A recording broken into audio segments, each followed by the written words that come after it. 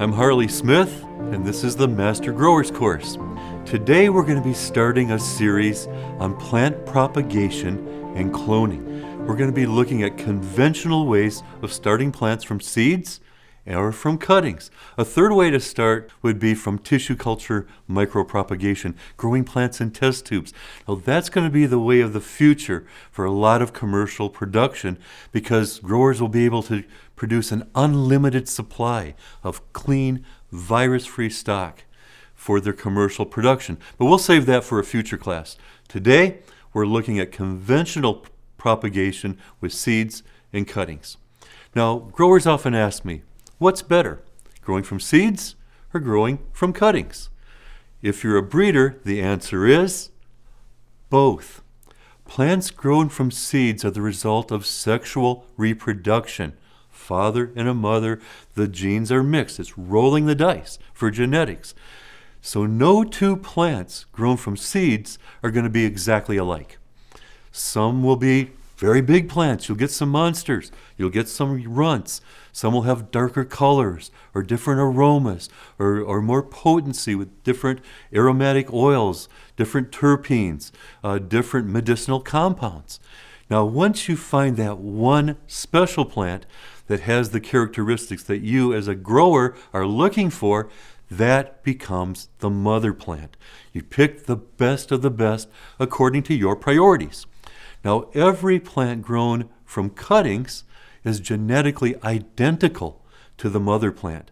So if you give it the same nutrients, the same light, the same environment, you'll get the same results every time. So the biggest benefit of growing from cuttings is reproducibility. You know what to expect every time. Now, there is a downside. If all you do are clones, because they're genetically identical, sometimes there could be a genetic weakness that's hidden. For example, they could be genetically susceptible to powdery mildew. You don't know it until the conditions are right for powdery mildew, and then all of your plants get that. So if you're a breeder, you want both. You want to be able to continue to grow from seeds because there might be some hidden genetic strengths like resistance to powdery mildew. And then you can cross it with plants that have the other characteristics you're looking for, come up with a new plant, a new mother plant with both superior characteristics, and that becomes the new mother.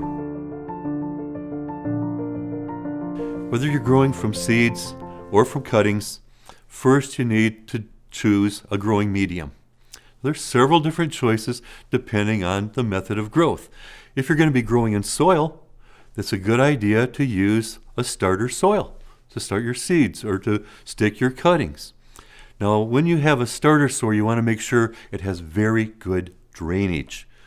You don't want the cuttings or the seeds to be sitting in a puddle of water, because if they're in a puddle of stagnant water, it sets up the environment for the root rots. That can happen right away. Also, even if the surface is too wet, sometimes you'll get pythium right at the surface of the growing medium where it meets the stem. The plant can start to grow up and then fall over with the fungus. It's called damping off. So make sure that it's moist growing medium if you're growing in soils or in any other growing medium, but not overly wet, not saturated with moisture. So seeds to germinate need water. They do need moisture.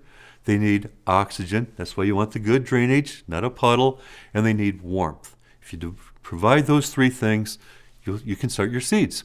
Now, if you're going to grow in soil, another benefit would be inoculate the soil right from the very beginning, even when you plant the seed or stick the cutting, or at least at transplant with beneficial microorganisms. If the plants start out weak with just a few little stringy roots, they're not going to do as well as if they have a massive, strong, healthy, white, feathery roots. And microorganisms, the proper microorganisms, can make that possible. Another growing medium, if you're going to use soilless mixes, like peat or other soilless mixes, would be plugs. Either peat plugs or plugs from composted wood. They hold together better. They're spongy. They hold water. They hold moisture. You don't have to oversaturate them though, because they're already like a sponge. If you take out a growing cube and you give it a little squeeze, if you see just a couple of drops coming out, it's wet enough. It's ready to go. It doesn't have to be soaking wet. So they're very easy to use and easy to handle. Also, it holds the roots together better. When soil or soilless mix, then it's kind of messy. As you're transplanting, you're going to break some of those microscopic root hairs, and that could open up the plant to infection. But if you use the plugs, it's holding together. You won't damage as many as the microscopic root hairs that way. Another benefit of the composted barks and the peats is they're already composted, so they have microorganisms already there. Plant growth promoting rhizobacteria, just naturally. Doesn't mean that we can't give them some of the superstars to even improve rooting and root strike even more, but at least they're there from the beginning. Now, the third growing medium, especially for hydroponics, that I prefer when I want to start clean and keep it clean, I don't want to bring soil-borne pest and disease into my grow room, I like to start with rock wool. Now, rock wool is actually made from rocks. Basaltic rock, limestone, they're crushed, they're melted, and then they're blown into spinning cylinders, just like making cotton candy. Have you ever seen cotton candy made at the fair?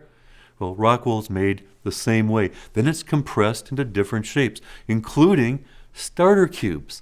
One sheet of starter cubes fits perfectly into a standard nursery tray. And you can choose it in different size. If you're going to do seeds, you might want 98 starter cubes to start with.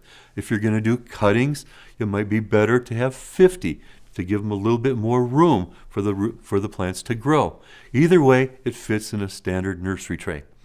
Now, one of the weaknesses of rock wool, at least in the past, I know there's some new manufacturing processes and new factories being built that have solved the problem, but in the past, rock wool was a little bit alkaline coming right out of the package because they use a little bit of limestone in the manufacturing process. So the first time you use the starter cubes, you're going to want to condition the rock wool. It's very easy.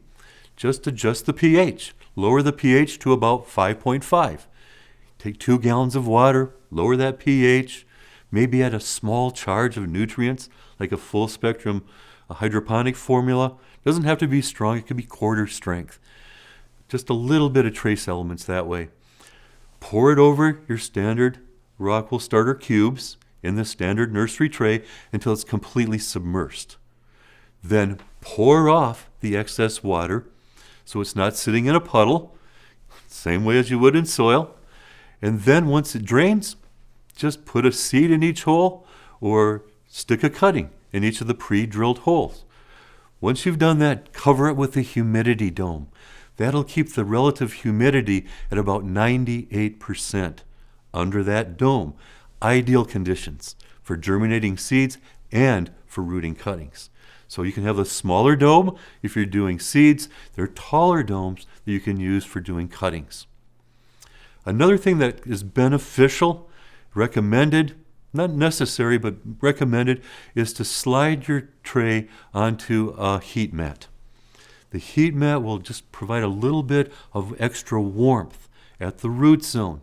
Now remember, to germinate seeds, they need water, they need oxygen, and warmth. So if they're tropical seeds, like tomatoes or peppers or some of the medicinal herbs, a little bit of bottom heat will be beneficial. It'll help the seeds germinate more quickly and start to grow. It won't take as long. I've planted seeds sometime Friday night before I left for the weekend. I come back in on Monday morning. The seeds are already germinated. The plants are starting to grow. The next step is providing light, even for the seedlings. Now, the large tropical seeds, they don't need light to germinate. They have enough stored carbohydrates and minerals from the mother for them to start to grow and reproduce. The small seeds, though, like lettuce seeds or spinach seeds, they don't even have enough carbohydrates. They need light or they won't even germinate. But our tropical plants, they could germinate in the dark. But still, I still like to put them under fluorescent lights. Full spectrum I want to make sure I have a little bit of light, so when the seed cracks, when that embryonic plant starts to grow up, I want it to see the sky right from the beginning. I want it to see the light, because if it germinates in the dark, it may want to start to stretch. And if those seedlings get tall and spindly, it weakens the plant. They can fall over with damping off, or they might not even produce as well later on. So I want them to be short and stocky, see the light right away. And full spectrum light, especially with the blue end of the spectrum. Plants have evolved to compete for the light. They want to see the sky. If they're in the shade, they're going to want to stretch to get above the other plants, or they want to lean toward a break in the canopy. So once they come up and see the light of day, I want them to see the sky. They'll stay short and stocky, thicker stems, more dark green foliage, because blue is responsible for the chlorophyll production more than any other color in the spectrum. The cuticle cells, the waxy covering on the leaves, will be thicker, even on those baby plants or those young clones. It'll be more resistant to fungi and more resistant to drought, just because they have smaller cells with thicker cell walls. The stomata, the pores that take in CO2, if you have plenty of full spectrum light with blue as part of the spectrum, part of that rainbow of colors, there'll be more stomata, they'll be denser, closer together. If you look at the leaf under the microscope, you'll see it for yourself. It turns the plant into a photosynthesis machine, and that's what we want from the very beginning. If we get a strong head start, it'll pay us back many times over by the time we get to harvest. I also personal tip, I like to leave those lights on at the very beginning 24 hours a day instead of turning them off. Now technically all we need is about 14 to 17 or 18 hours, but I want to have light there in case any of the seeds germinate. So I'll leave it on 24/7. It also adds more even temperatures. You know, if the lights are on and they warm up, then you turn the lights off, everything cools down.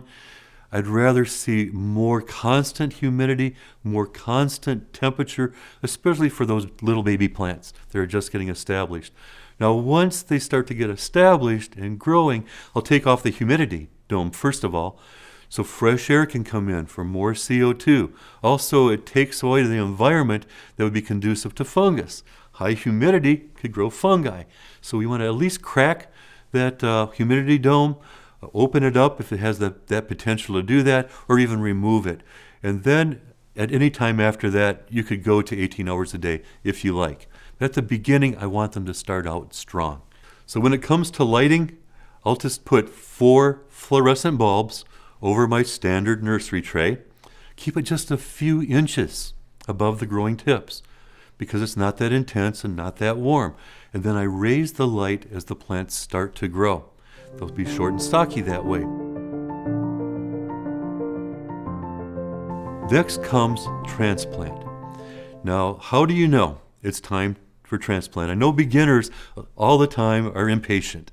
They want to lift it up. They want to see if there's roots yet. But my suggestion is don't disturb those roots, because you just disturb them a little bit, you're going to break some microscopic root hairs. You're going to start to shock the plant. So it's going to want to recover from the disturbance. You're better just to wait until the first true leaves appear. Now, the first leaves that you see are the embryonic leaves. So the ones that were inside the seed when you're starting from seeds. The next set of leaves are the plant's true leaves. Once you see those leaves appearing, you know that the plant is actively growing. You have actively growing roots. It's going to start to need a little bit of nutrition from the outside environment, and it's a good time to transplant. Now you can wait. You can wait a while if you're not ready to transplant, but at the minimum, wait till you see at least one true set of leaves before transplant. Now, once you transplant your seeds or rooted cuttings, you want to concentrate the growth, the energy of growth, into rooting. You don't want to stimulate a lot of early growth first thing. You don't want spindly plants. You want a good root mass, more lateral root growth, more root mass, a sponge of roots that'll help the plant take up water and nutrients. That's where adding a little extra full spectrum light comes in handy too. The red end of the spectrum actually stimulates root development. So I want a lot of blue, a little bit of red mixed in, and I want to steer the energy of the crop toward root production in those first few weeks.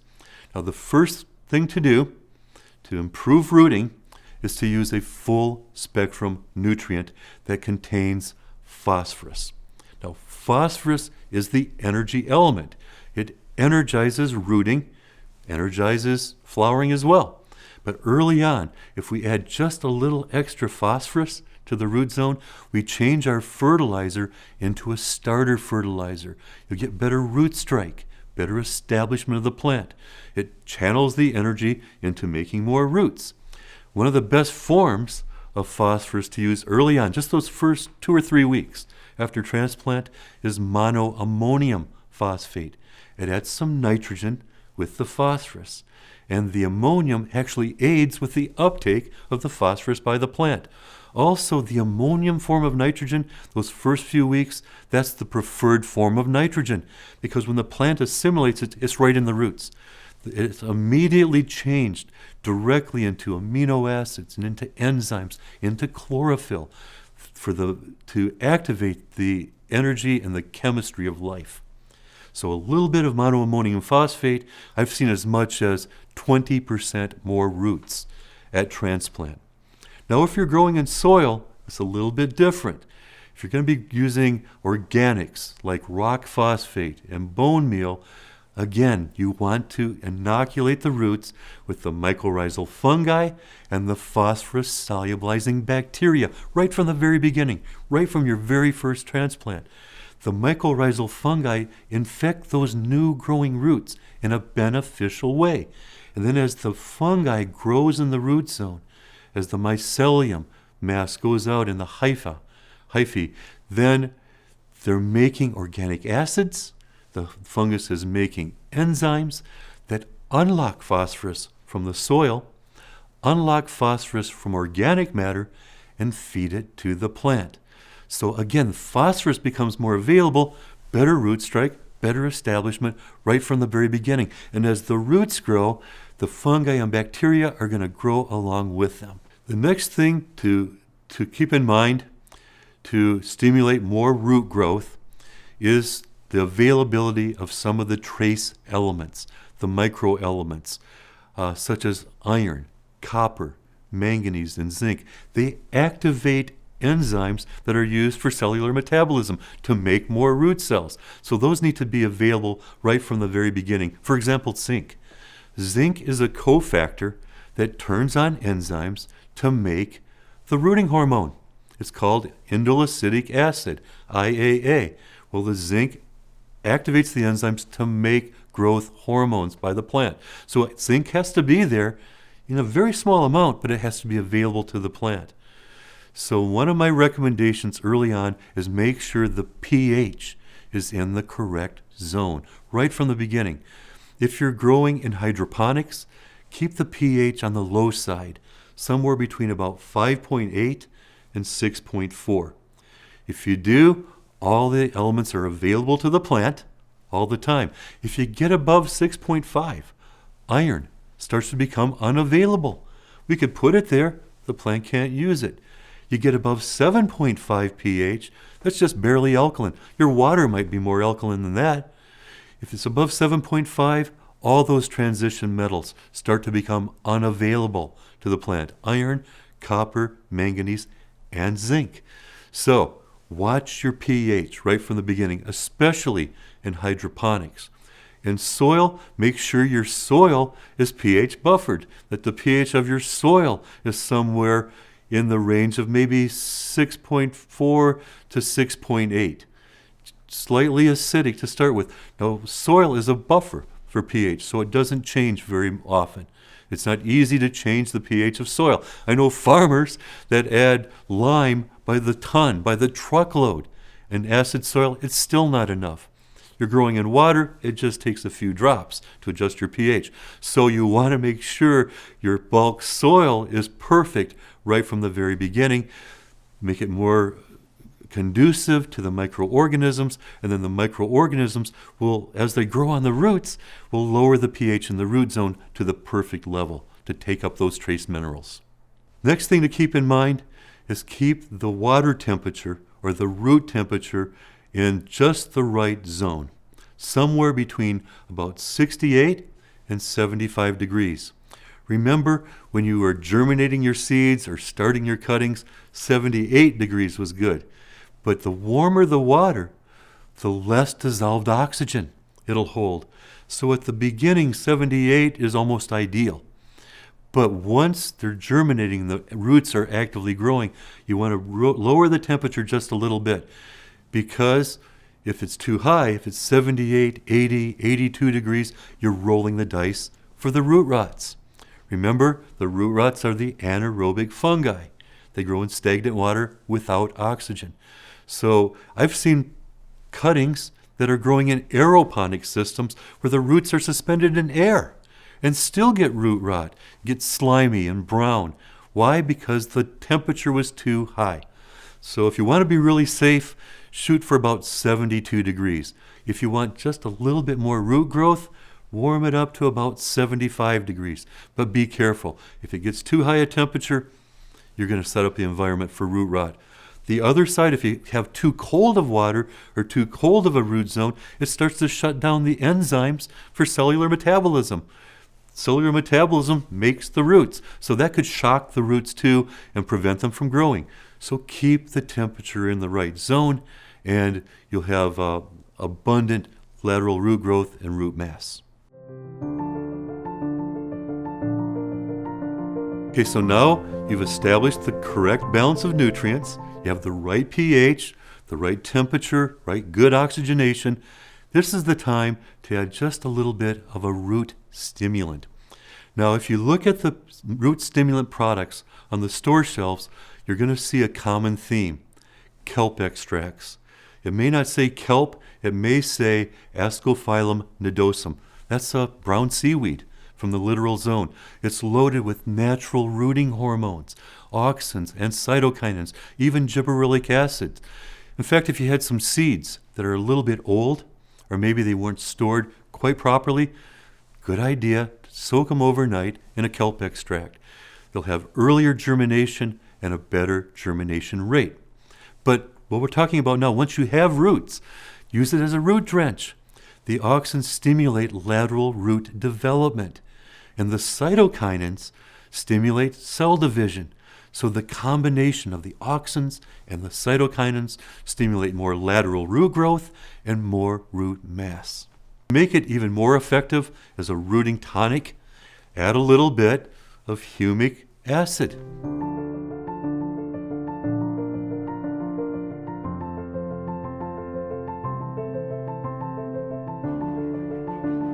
We've seen side-by-side trials from Virginia Tech where the root mass doubled or even tripled by combining those two ingredients together. Now also, that 5-to-2 ratio stimulates the plants to make a plant protection agent called superoxide dismutase that protects the plant against stress, against heat stress, drought stress, salt stress, UV stress from the lights. So if you can condition those young seedlings against stress, not only do you have more root mass to take up water and minerals, you have more plant protection agents. So the plants will stay green longer, they'll recover faster if they go into some transplant shock. And finally, almost every root stimulant product on the market includes at least a little bit of B vitamins, especially vitamin B1. One high dose of vitamin B1 stimulates the plant's systemic induced response. In other words, it primes the plant. It puts it on high alert. So if it comes under attack, say by a root pathogen, the plant's natural immune system responds very quickly. It's primed. It's ready for problems. It's ready to react. So the best time to add a little B1 is before transplant, because no matter how careful you are in your growing medium, when you do your transplanting, you're going to start to break some of the microscopic root hairs. And that opens up the plant to infection. by some of the root rots like Pythium and Rhizoctonia. But if you've stimulated and sensitized the immune system, you break a few of those root hairs, it's starting to come under attack, the plant will respond quickly and it'll recover more quickly, continuing to make clean, healthy roots. And by the way, you could use the humic and fulvic acids in the kelp even as a foliar spray on your clones. The auxins, the IAA, is made by the plant in the leaves. It's not made in the roots, it's made in the leaves. So if you're starting to have a few rooting problems, it's rooting too slowly, or you have a little root disease, use a foliar spray. The tonic will transport the auxins in an exchangeable form into the leaf tissue. Give the plant a little burst in the right direction. Tell you a story. One time a friend of ours gave us some prime clones from a thoroughbred stock with some superior characteristics. It was unusual. They just wanted to share those genetics with us as a gift. So we got them from up north. Now they took the cuttings from plants that were a little bit too young. They were still just in the beginnings of vegetative growth. Personally, I'd like to see plants that are at least 2 months old as mother plants, so they have more stored energy. These were a little bit young, just a little bit weak in their growth. So they took the cuttings, we put them into 4-inch rockwool blocks to get them to root. Well, we brought them home, we put them under lights, we waited. A week went by, nothing. 10 days went by, nothing. The leaves started turning yellow at the bottom. They started falling off. My wife came in and said, "Harley, what are we going to do? We need to save these clones." I took one look at them. I said, "Oh, start over.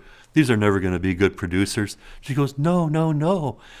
These are the only ones we have. We can't replace them." I said, "Okay, what would I do?" Oh, my own advice from science, from Virginia Tech. 5 parts fulvic acid in that case, 2 parts kelp, added a little bit of yucca as a wetting agent. We did 1 fine spray, just 1 mist on those leaves. I'm not exaggerating here, telling you the truth. 2 days later, 2 days, roots were bursting out the bottom of those cubes. The plants recovered and they were all good producers. So you can make your own tonic too. Use it at the leaves or use it at the roots. And if you mix up a fresh batch to use as a foliar spray, when you're done, don't store it on the shelf for 2 weeks or 3 weeks. Take what's left over, pour it right over the root drench. It'll stimulate root growth to take up the nutrients and also stimulate the production of the hormones for the plant. But I only had to do it once, because once we primed the plant, once it gave them that little burst, that head start, afterwards they were doing photosynthesis, taking up water and nutrients. They made their own B vitamins. They made their own auxins. So it only took a little bit of a push in the right direction. Thanks for attending today's class on plant propagation and cloning. I hope you enjoyed the class. I hope you've learned a few tips to improve your garden. And I also hope to see you in future classes.